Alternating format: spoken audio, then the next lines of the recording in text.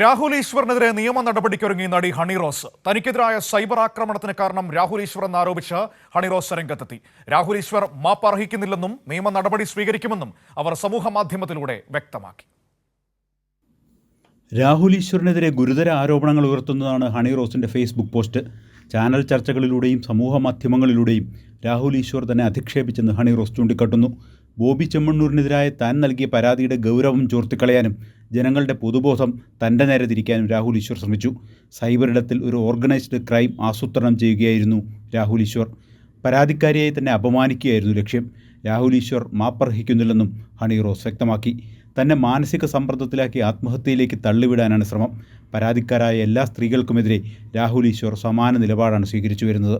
തന്നെ ആക്രമിച്ച് അപായപ്പെടുത്തുമെന്നുള്ള ഭീഷണികളുടെ രീതിയിൽ, തൊഴിൽ നിഷേധ രീതിയിൽ, നേരിട്ടും സോഷ്യൽ മീഡിയ വഴിയും വരുന്ന എല്ലാ വെല്ലുവിളി പോർവിളി കമൻറ്റുകൾക്കും ആഹ്വാനം നടത്തിയ രാഹുൽ ഈശ്വറിനെതിരെ താൻ നിയമ നടപടി കൈക്കൊള്ളും എന്ന് വ്യക്തമാക്കിക്കൊണ്ടാണ് ഹണി റോസ് ഫേസ്ബുക്ക് പോസ്റ്റ് അവസാനിപ്പിക്കുന്നത്. കൈരളി ന്യൂസ്, കൊച്ചി.